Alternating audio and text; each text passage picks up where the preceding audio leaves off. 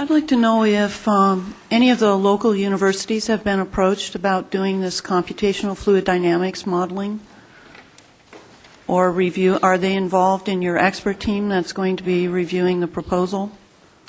They are not involved actually in the modeling, but one of the members of our expert panel is from San Diego State University, and that's Dr. Rick Gershberg, who's with the School of Public Health. And one of the other local panelists is actually with the Salk Institute. And they have performed computational fluid dynamics modeling?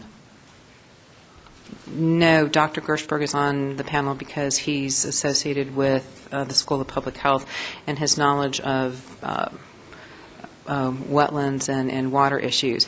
The other members of the expert panel that would be familiar with this would be the chair, who is Dr. Shaglonaglas from UC Davis, who's a professor emeritus there and is a member of the National Academy of Sciences.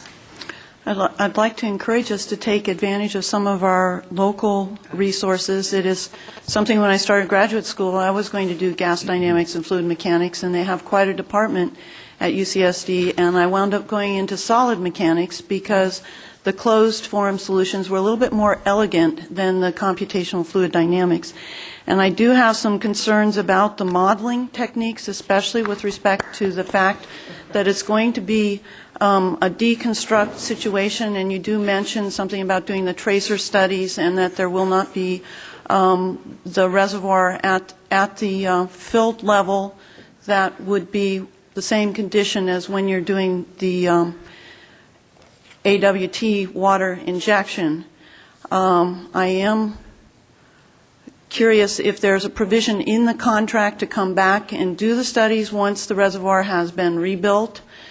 Is that part of the follow-on? Yeah, I think that would be basically part of the full-scale project at that point in time. It would not be covered under this contract. That would be in a later point in time. So how are you going to validate the model that you're going to use to determine where the inlet is going to be?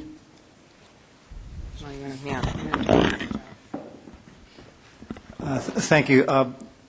Basically, we are going to be using data from the existing reservoir and data from other reservoirs in Southern California that are hydrodynamically similar, such as Diamond Valley Lake and Lake Paris, which are in Riverside County, to calibrate the model and then validate the model against real-world data, both from San Vicente and those other reservoirs.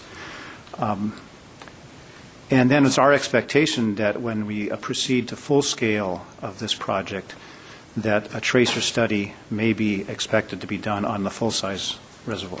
And is that included in this contract? No.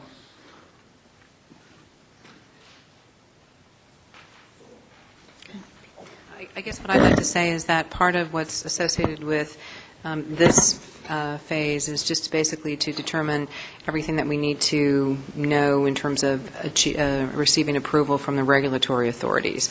When we met with DPH last year, they're very concerned about the reservoir. I think that this is the study to answer some of their questions, and they're supportive of us pursuing this kind of line of inquiry. I think we don't know what we don't know, and we'll find out more what their reaction will be as this portion of the study proceeds and we get the flow sciences data. When we have this meeting with the expert panels and we're shooting for a May-June time frame, the folks from the Department of Public Health as well as flow sciences will be there. So we're going to try to get all the issues out on the table so that there will be no surprises, or we're trying to minimize the surprises later on down the road. And to answer your first question, I forgot that we have an expert in limnology or reservoirs from UC Riverside who's on the panel. Not exactly local, but just... There is a huge resource locally, and I do know they do the computational fluid dynamics. It is something that I did at ROAR, something similar, which was ballistic impact, and it had the disconnects in the modeling which required empirical tuning of the model, and that is why I'm so concerned about tuning this model appropriately and the verification that it actually works.